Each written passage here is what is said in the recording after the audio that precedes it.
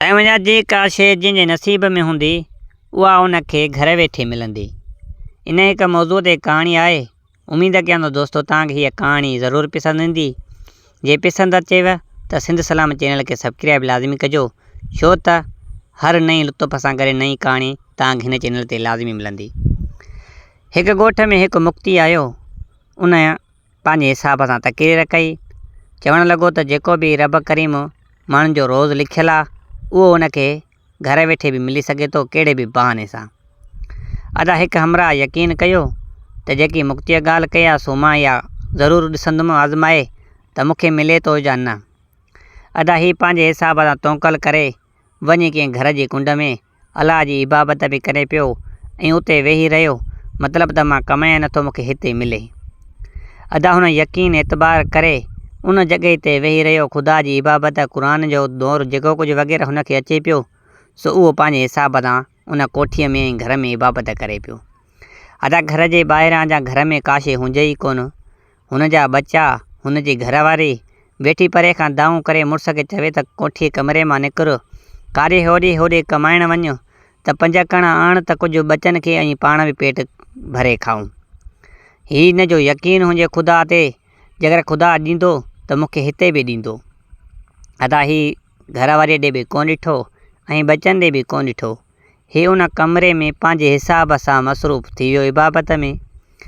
अदा हिन ॻाल्हि खे हफ़्तो खनि थी वियो, पर हिन जो यकीन ऐं एतबार हुयो। हिकु जिब्राइल अलाह साईं मोकिलियो। उहो जिब्राइल हिन ॾे आयो।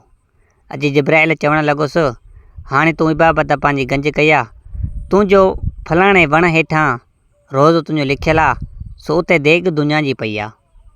सो देग दुनिया जी पई आहे, उहा खणी पंहिंजनि बचनि खे बि खाराए पाण बि खाराए। तोखे उहा देग दुनिया जी अलाह तो ते राज़ी थियो आहे, सो मां तोखे ॿुधायां थो। सो अदा हीअ ग़रीब शख़्स चवणु लॻुसि, भले देग दुनिया जी पई आहे सो उहा उते पई आहे। मां हितां उथी इबादत टोड़े पंहिंजे हिसाब हिते न वेंदुमि।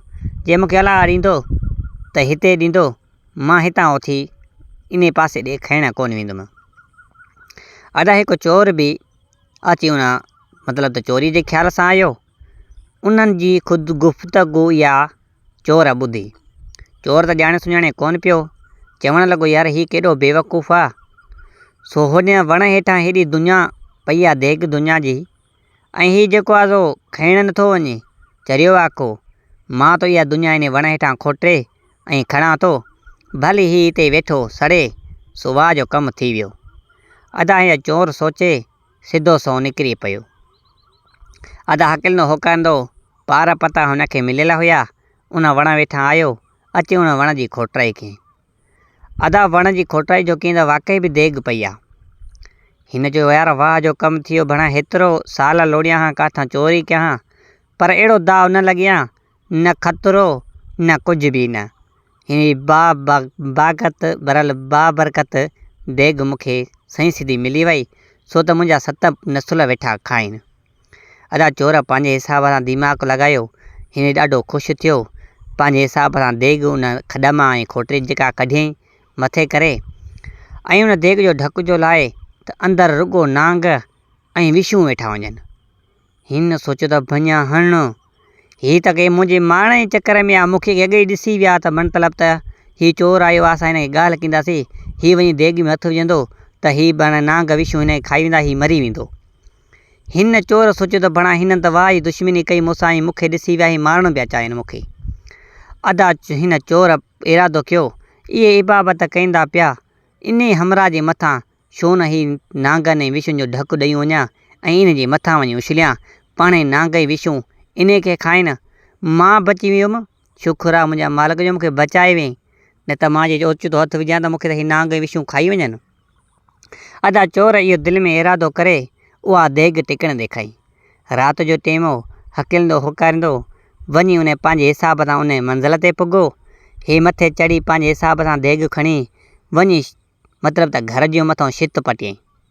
अदा छित पटे गुरखो ठाहे ॾिठी त हमरा हेठों वाक़ई बि इबादत में मुसलो विछाई वेठो आहे। हिन सिधो सो उहो जेको बि हुयो नांग विछूं देग जो ढकु लाहे उन जे मथां उछली। अदा मथां उछलियूं चोर इहो वेंदो रहियो। कुदरत मुंहिंजे अलाह जी, हू दरिया मां जीअं देग मां निकिता सो उहे साॻा सोन ऐं चांदी हीरा जवाहर जेका हुया सो उन ग़रीब जे मथां छिमकार थी वियो। हुन में नांग विछूं चोर लाइ हुया, पर हुन इबाबत लाइ उहा हुनजो हक़ु हुयो ऐं दुनिया जेकी अलाह हुनखे ॾियणु चाहे पियो सो हुनखे घर वेठे मिली। हुनजी इबाबत, हुनजो जेको इम्तिहान सब्र, सो हुनखे घर वेठे उहा दुनिया मिली त अलाह ते यकीन कई वेठो। चोर लाइ त मतिलबु त मां हुनखे नांग विछूं खाई विया, अदा चोर त पंहिंजे हिसाब सां वेंदो हली वियो ऐं हुनखे पंहिंजे हिसाब सां अखि जो खोले ऐं हीअ हीरा जवाहर ॾिसी ऐं अलाह जा शुक्राना अदा कई। हिन सोचियो वाक़ई बि रब बेपरवाह आहे ऐं ॾियण वारे खे घर वेठे ॾिए थो, पर को घुरे बग़ैर घुरण वारे खे अलाह ॾिए थो, पर उहो पंहिंजे हिसाब सां लोड़े थो, सो उनखे लोड़ पंहिंजे हिसाब सां महिनत ॾिए थो। बाक़ी जेको इबाबत करे ऐं अलाह ते एतबार ऐं यकीन करे थो, उनजो जेको नसीबु हूंदो सो उहो ॿिए खे न मिलंदो, उनखे लाज़मी मिलंदो, पर रब जा शुक्र अदा कंदो ऐं रब ते तवक्कुल ऐं यकीन रखंदो। सो दोस्तो हीअ कहाणी उमेद कयां थो तव्हांखे पसंदि आई हूंदी। जे पसंदि अचेव त सिंध सलाम चैनल खे सब्सक्राइब लाज़मी कजो। जे असांखां का ग़लती थी हुजे त हिन क़ुर्बान कलोड़े खे माफ़ु कजो। अलाह निगहबान।